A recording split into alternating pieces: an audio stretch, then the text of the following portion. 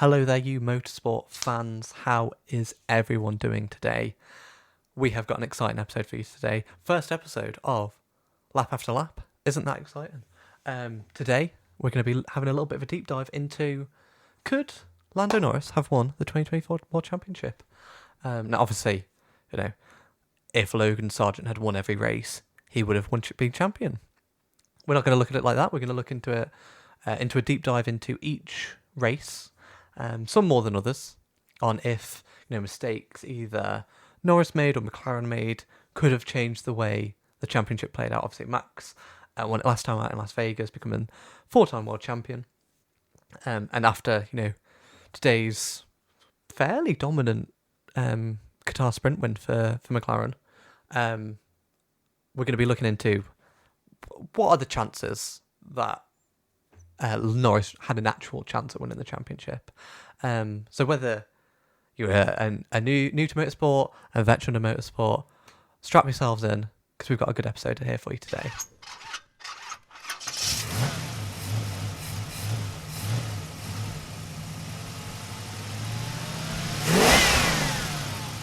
So yes, like I said, could Lando Norris have won the 2024 World Championship? There's been lots of mistakes that he's made throughout the season, mistakes that McLaren have made. Obviously, there's been Norris's first year as a championship contender. A lot of pressure on his shoulders, but that's what F1 is all about. Will the cream rise to the top? Do you have what it takes to be world champion? We've seen many times before. Lewis almost winning in his first season. Vettel, obviously when he got into Red Bull, having almost winning the championship in his first year of Red Bull, and then going on that dominant streak. And, throughout history, we've seen it where good drivers who have got a championship winning car underneath them, can they deliver or do they fall by the wayside? So we're going to jump right into it. What I've basically done is gone through each of the races, looked at the results that we've got in real life, and what happened in the race could potentially have Norris, if he hadn't have made this mistake. Obviously he's quite famous for having bad race starts. If he'd have, got a good race start, where would that have put him during the race? So we're going to go through each of them. We've got kind of like a best possible outcome and a worst possible outcome. So let's get right into it with Bahrain. Obviously first race of the season, Max Verstappen and the Red Bull duo come out the gate very strong. And in this case, McLaren, I think they started the season not quite with the car that they wanted. They wanted some more upgrades, but didn't quite have the time to put them on before the first race. As we see later on, those changes coming to Miami and from Miami on, Norris is right up there with Max. But for Bahrain, I'm going to say season opener doesn't change. Both Max and Norris execute the race very well, scoring, potentially the most amount of points that they could. Same, we're kind of going to quick fire through these first few races, because same with Saudi Arabia. I mean, Norris finished 8th and Piastri was 4th. You could potentially say the McLaren had the potential for 4th. But in this instance, very early on in the season, we're just going to leave that result as it was. In Australia, big point swing for Norris, obviously with the Max DNF, with the issue with his rear right brake sticking on. Norris ended up just behind the Ferraris, who got a 1-2 on that day. Could he have beaten them? The Ferraris looked a little bit too quick that day. I mean, they came across the line pretty much nose to tail, but we're going to go no change there. Similarly with Japan, no change. Everyone executed the best race that they could there. Our first, potential change that we could have had was China. So in the sprint, Norris qualified pole on the sprint, I believe. And he had a bad start. This is the first time that we saw Norris's bad start. He falls from pole, tries to, I think Hamilton goes up his inside around the long looping right at the first corner of China. And he just gets pushed wide by Hamilton. I mean, I say pushed wide, not even really pushed wide. He just tries to hang on, loses grip. And rather than just falling back to second, he falls back to 7th. If he'd, that second position to Hamilton was already lost. he probably would have stayed behind him for the rest of the race. You know, Alonso in the Aston Martin behind him didn't look particularly quick that day, especially because at the end of the race, at the end of the sprint, he was getting caught up by people. So, you know, he might have got down to second. I think at most he would have dropped down to fourth with, you know, the fast Ferraris as the race went on. But I think probably, you know, early on this season, not a big point swing either way. We'll leave that result as it is. And then in the race, obviously Max winning, Norris a second. No change there, both of them getting good points. And then we get to Miami. Obviously, this is where McLaren bring their upgrades, and Lando gets his first win ever.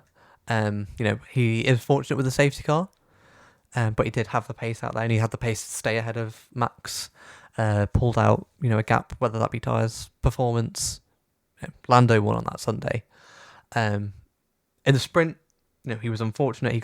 There was an incident between Alonso, Stroll, and Russell. That, you know, they were all going into turn one together. You know, three cars into one doesn't really go, and then they bumped out into Lando and took him out as well. But stuff like that happens. You know, that's not a mistake on Lando's part. So we're going to leave that result as it is as well. We're more looking at mistakes that Lando made. Could he have if he'd not made those mistakes, where would he have been? Imola, another hotly contested race, as Lando chased down Max at the end of the race. You know, maybe if he had a few more laps, Lando could have got him. He did look extremely quick, and he seemed to be really pushing the McLaren around Imola. But I just don't think he could have got past. Especially, well, not in the time that obviously he didn't get past, and in the time that they had remaining. You know, he never really had a chance for an overtake. So I think Imola will probably stay as it is. Same with Monaco. Obviously, Max having a not so good Monaco. Lando outscoring him, which is obviously what he needs to do. But our first points change comes in Canada. Now, obviously, this was a very wet race. Max, I think it was contested between Max, George, and Lando. And there was a point in the race where it was starting to dry out, and Lando, I think both McLarens actually had fantastic pace. Lando got up into the lead and made quite a bit of a gap. And then there was a safety car issue, or the safety car came out, and this is where I think McLaren have made an issue. Max and George pitted. Well, actually, first of all, let me rephrase that. They got a bit screwed by the safety car coming out. I think it caught Lando first at a point where he couldn't pit, allowed Max and George to pit, and then them get ahead. They then made the second mistake when it went from into dries. George and Max pitted a lap earlier than Lando did, and although it looked like Lando came out the pits ahead, he almost took the race lead on the pit lane exit, just too slippy, and drops behind Max. You know, I think on that day, I mean, whether it was unfortunate from the safety car or McLaren lapsing concentration, I think Lando definitely could have won. So we're going to say, in the ideal scenario, Max would have lost 7 points there, and Lando would have gained 7 because they finished 1-2. Same sort of thinking with Spain. Obviously, Max and Lando race out towards turn one. Lando having another terrible start, as is going to be quite a theme in this podcast. And then you've got George Russell, who just takes them both around the outside. Now, if Lando had stayed ahead of Max here, I think he probably would have gone on to win, because they both breezed by George fairly easily. The gap at the end of the race was only like 2 seconds or something, I think. So, you know, if Lando could have stayed ahead, even if he'd lost out a place to George, I think he would have won that race, because he seemed to have the quicker car. So we're going to do another -7 for Max, +7 for Lando. Austria's next. Obviously, a very spicy race where, you know, we see the cracks in the Lando Max friendship. The sprint, in particular was very well. The sprint was very spicy to start off with. Kind of gave us a foreshadowing of what was to come in the race. So in the sprint, you had Max being chased down by the two McLarens. Lando dives up the inside of turn 3, gets ahead, has DRS down that back straight, and Max just sneaks it back up the inside. Could Lando have defended a bit harder? Maybe. But I think in this case, Lando even lost out of position to Oscar in that case, because he ran wide and Oscar was able to go around the outside. But I think in this case, we're going to leave it as it is. He tried, didn't quite work out. The sprints are only, an extra point or so. So we're not really concerned about that. But the big point swing comes in the race. Now, obviously, Max was out bleeding. Safety car kind of ruined that. Or not even the safety car. I think it was a pit stop ruined that. He lost a lot of time. And then Lando was right on him. Could he have... Well, that was then the overtake. Multiple attempts at an overtake, which all failed. And then obviously, as we know, that ended up with the collision. Obviously something that, both drivers were kind of at fault for, probably Max more than Lando. But the worst case is Lando just stays behind Max. In the real life, Lando didn't score any points. Max still scored 10 points. If he just stays behind him in second, Max gains 15, but Lando gains 18 points. So he's still gaining on Max. The best case scenario is that Lando overtakes Max, gets into first, and then runs a race. So we've got, in this case, that would still mean that Max scores more points. He scores 8 more points, but Lando gets that big haul of 25 points rather than scoring nothing. I don't think at any point this season Max has failed to score. 25 points is a big swing, even, 18, big swing. So maybe a more experienced Lando who wasn't, just thinking about race wins, was thinking about championship, might have just stayed behind and taken the 18 points. We'll have to wait and see how that plays out in our little theories later on. But moving on to Silverstone. Again, another missed opportunity here, really. The McLarens were rapid in the wet conditions. They seem to be really good in those sort of like mixed conditions. They had the battles with Mercedes.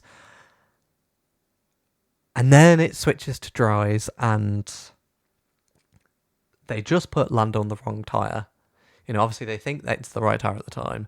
The fact that they put Oscar on the different tyre, I think it was the medium that they put Oscar on.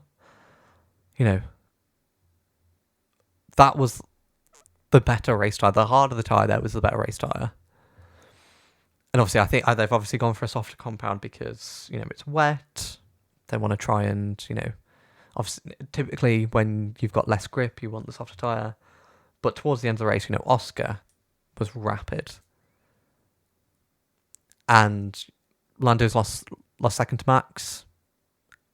Max isn't too far behind Hamilton. If they'd put him on the same tyres as Piastri, he would have breezed past Hamilton there. So that is definitely a McLaren screw up there. So in this case, we're going to have -3 points to Max as he falls from second to third, and Lando plus 10 as he jumps up from third to first. I think, another, as we're seeing already, we're almost halfway through. Lots of missed opportunities by Norris and by McLaren here. So it's not just Norris to blame here, it's also McLaren to blame as well. Hungary, at the time, obviously we had the 1-2 Piastri from Norris. I thought, potentially they should have swapped them around. At this point in the season, Norris was only 50 points behind Max, and Piastri was 130 points off of him. So, Piastri's out of the championship already. In that case, you probably want to put your eggs into Norris's basket. But it was Piastri's first win. Can you take that? Should you have taken that away from him when, Norris I say unfairly, for Norris's race, he got put out in front with a pit stop. So I think it was probably fair for Norris to give the position back to Piastri. I think maybe if this was later on in the season, he should have kept it. But I think, Piastri's first win, he was leading the race before the pit stops. So I think fair enough to switch him around. So we're going to say no change. Obviously, this is 7 points that could have gone to Norris, but we'll say in this instance he did the right thing. Gave Piastri his first win. Well, didn't give him the first win. Gave him first position back. And I think that's fair. And then we have Belgium. Obviously, the last race of the first half of the season. And a very interesting one. Obviously, again, Norris at the start. Well, I think he actually had a pretty good start. But at the exit of turn 1, he just got onto the gravel and it lost him quite a lot of positions. He was level with Piastri in turn 1, so that, they were battling for third.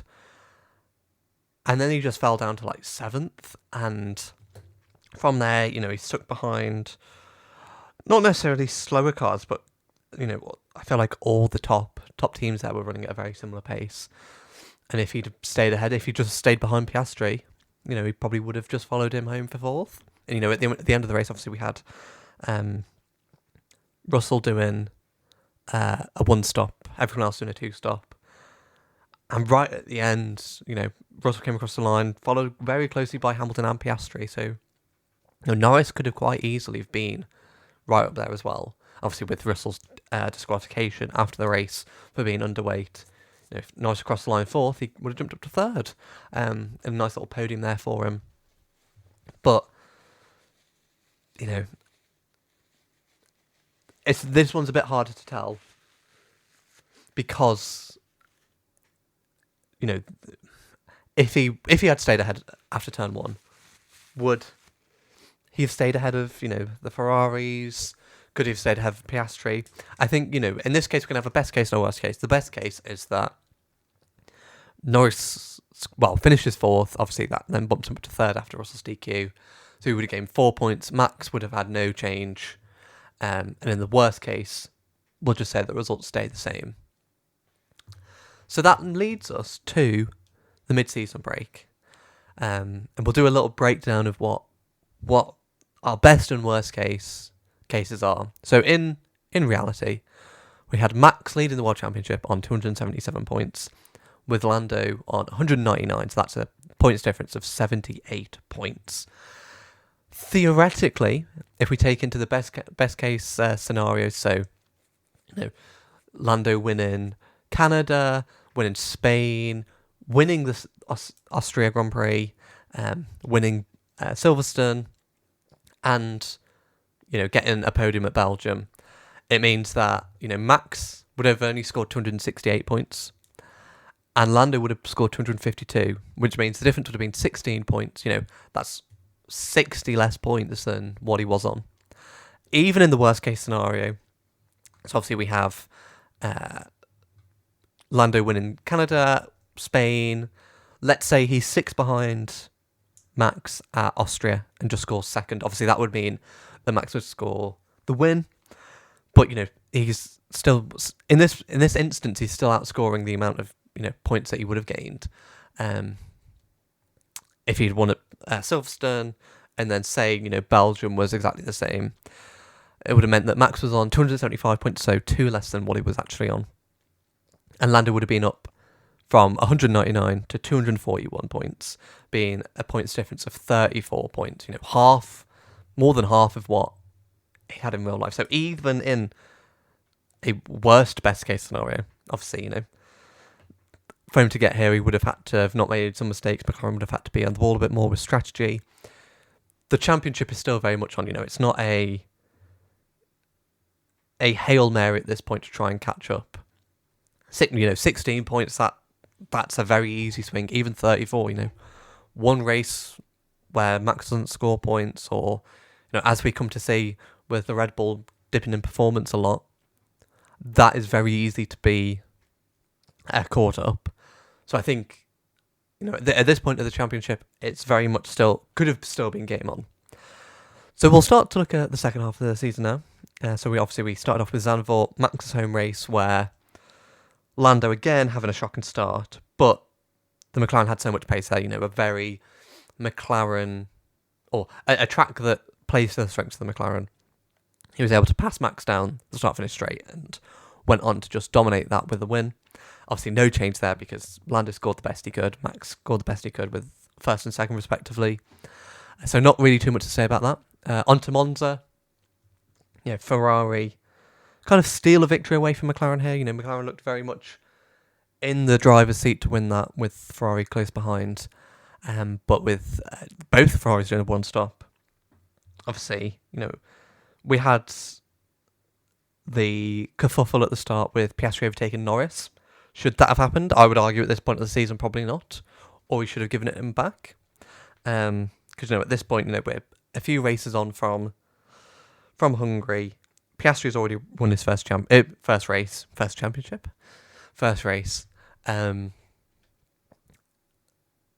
this point, your title fight is fully on Norris.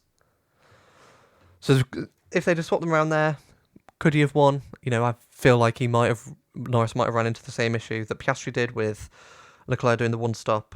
Would he have had enough time to catch him down and overtake him? I'm going to say probably not.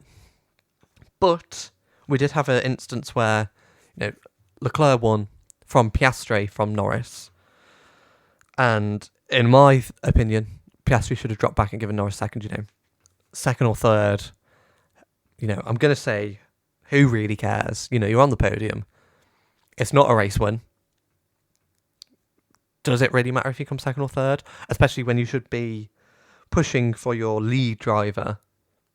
I know McLaren say they don't have a lead driver or a number one driver, but your lead driver in the championship, you should be pushing them and doing everything that you can to try and help them, especially when you're up against, Max at Red Bull combo is dangerous. I know obviously they didn't quite have the car this year, but Max just, if we were to do this kind of analysis for Max, I can guarantee there'll be a lot less times where he, lost points. I can only really think of Hungary and Mexico where he would have lost points. So they should have swapped them around. So that would have been 3 more points for Lando here. Going into Baku, Lando got knocked out in Q1. Obviously, not what he wanted, but an absolutely fantastic race from him to go and beat Max. This was one instance where Lando had, sort of a championship drive. One of those drives where,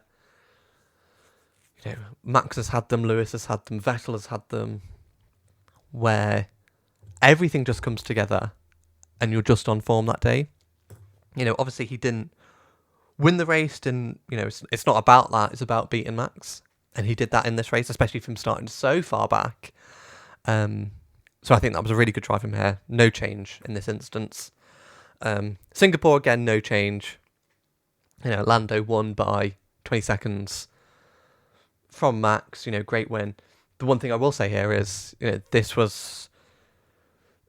could have been another championship drive, but the amount of times that he almost hit the barrier, almost made mistakes when he's just by himself, it kind of feels like the pressure was getting to him a little bit, showing that inexperience in a championship fight. Well, inexperience in leading races, really, because, this would have only been his,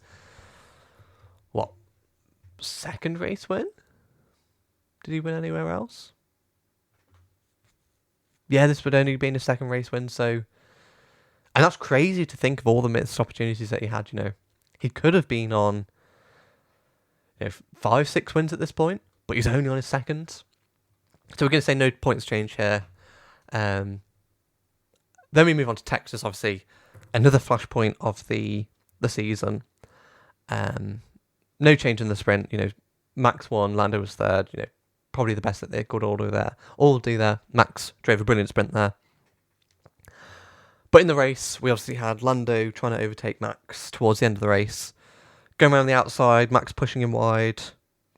Controversial defending to stay ahead. Lando, kept the position ahead off the track and was given a 5-second penalty. And obviously, McLaren were like, we can build a 5-second gap to Max. and we won't lose position. But in the end, they ended up 1 second behind Max with the penalty. I think potentially he should have given the place back. He seemed a lot quicker than Max. Could he have got past if he tried again? Maybe. He had the pace. But Max is a ferocious defender, and, what was the likelihood of neither of them backing out and taking both of them out? But I think in this case, best case is that he overtakes him. He gets on the podium, he gains three more points compared to Max. Obviously, Max will then lose those 3 points. But in the worst case, I think nothing changes here. Both on the very limit of performance for this race. Then we look at Mexico. This was by far Max's worst race of the season. Just almost feeling like desperation, like the old Max, where he's just diving it down the inside, hoping to stay ahead. Maybe he cost the win to Lando, obviously keeping him behind at the start, making it so that he couldn't attack the Ferrari. But I think in this case, Sainz, still probably would have won the race. Lando still probably would have finished second. So I'm going to say no change here for the championship. We then get into Brazil. Obviously, what a polar opposite drive from Max compared to Mexico. Obviously, in the sprint, we had Piastri leading, Norris second, and they swapped.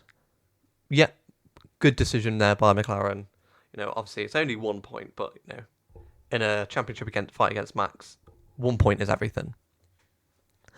In the races where it starts to go downhill, Max was on this was a championship level drive for Max, one of his greatest, you could argue maybe one of the greatest ever. Just the way that he sided through the field, everyone else was struggling to overtake, and Max was just like, yeah, I'm just going to dive into turn one, I've got the grip on the inside, overtake.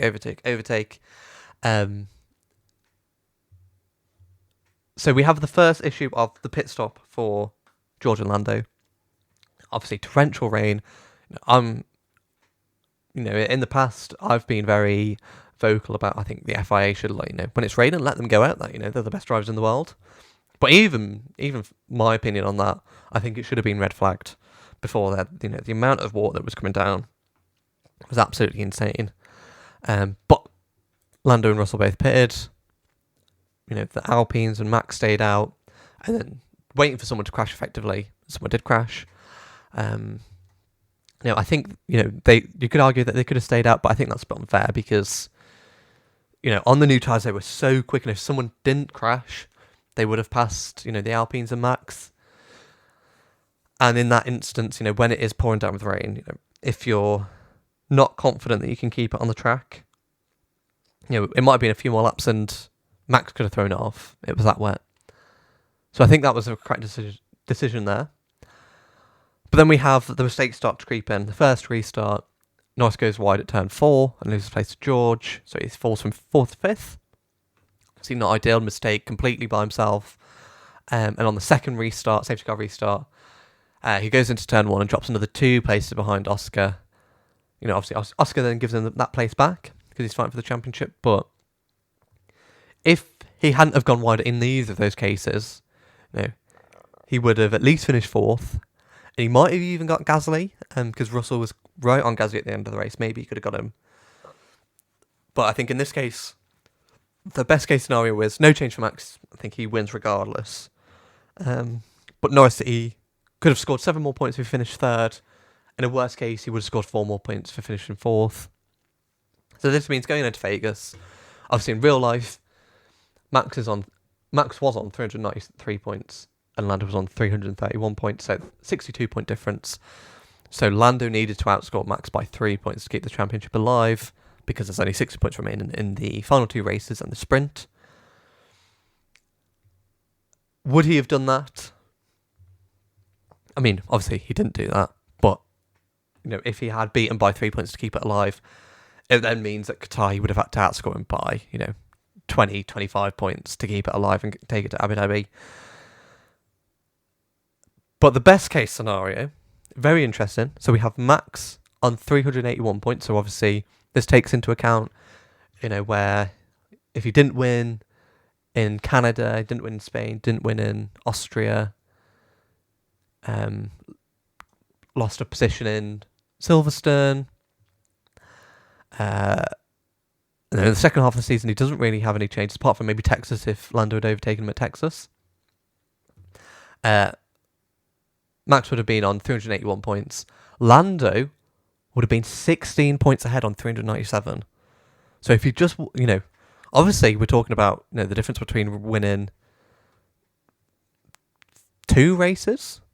Has he only won 2 races? No, surely that's not right. Won at Singapore. Oh, no, won 3 races at Zandvoort as well. Obviously Miami, Zandvoort and Singapore. But he could have won at Miami, Zandvoort, Singapore, Canada, Spain, Austria, Britain. 6, 7 race wins he could have had. And that would have meant that, he scored 60 more points than he currently had done going into Vegas. So the championship is very much still alive and very much in Lando's favour. We wouldn't have been able to win it in Vegas, but definitely in the driver's seat. The worst case scenario would have been Max on 391 and Lando on 380, so 11 points behind. But still, 11 points with 3 rounds to go. Very much still doable. Then obviously we had the Las Vegas race. I think McLaren wasn't a good track for McLaren. Outscored by Max. Obviously, in real life, that was enough for Max to win the championship. I think in reality, they only lost 1 point to Max. So the best case would have been Lando still 15 points ahead. Worst case, he's 12 points behind with 2 races to go. Obviously, we saw in the sprint yesterday at Qatar, McLaren had the pace to win, and Lando gave the position up to Piastri right at the end. I think if either of these scenarios were still occurring, that wouldn't have happened. And rightly so. But, Qatar, we've got Max starting on pole today. It is a McLaren, a strong track from McLaren. If you were going to ask me if there was a track that I would put money on McLaren winning, it would have been Qatar. We saw last year one of their strongest tracks. Obviously there was the very dominant Red Bull that won the race, but it was definitely one of their stronger tracks. And even Abu Dhabi, very strong track, I think, for McLaren. So I think the championship definitely could have been on, and we might revisit this in a future podcast and just finish off the, debate, theorising on if Lando could have won the championship. But from what I've seen and what I've looked into, he definitely had the potential to, but he didn't. And that is the beauty of Formula 1. In theory, like I said at the start, if Logan Sargent had won every race this season, he would have been champion. But you've got to perform, even if you've got the car, which I think McLaren have had the car. Can you produce race after race? Highly consistent performances at a high level. And that's the question that surrounds Norris at the moment, is can he do that? It's obviously his first championship battle. And he's going up against Max Verstappen, who, like him or not, I think he's arguably one of the best. But, Red Bull only really had the best car till, the first, 5 rounds? They still won races after that. Still outscored Norris after that. Made it a bit more difficult because, you got Ferrari and Mercedes who are up there. It's not just a 2-car battle. Even if, Ferrari and Mercedes can't consistently fight for wins, one of them is likely to be up there each race. You had bad starts from Norris, bad decision making from Norris with some overtakes, bad strategy from McLaren. And I think that just all adds up into inexperience. If you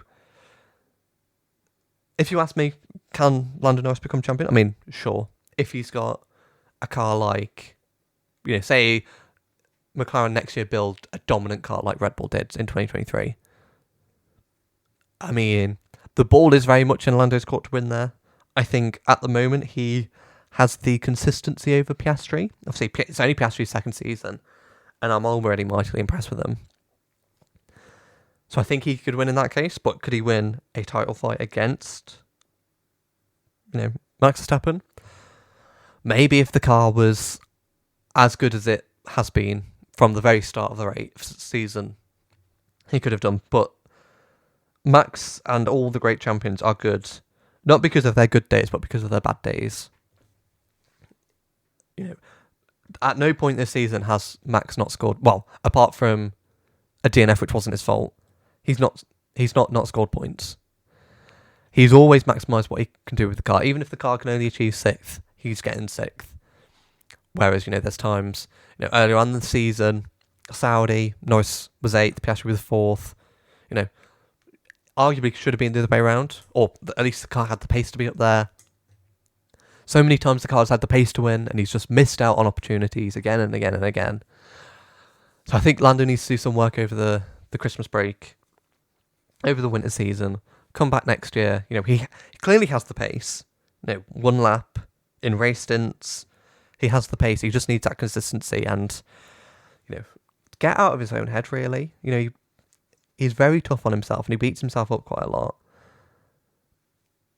And I think that can play on your mind. We saw him in Singapore when he was miles out in the lead. The only person who was going to stop them winning was himself. And he almost put it into the barrier multiple times.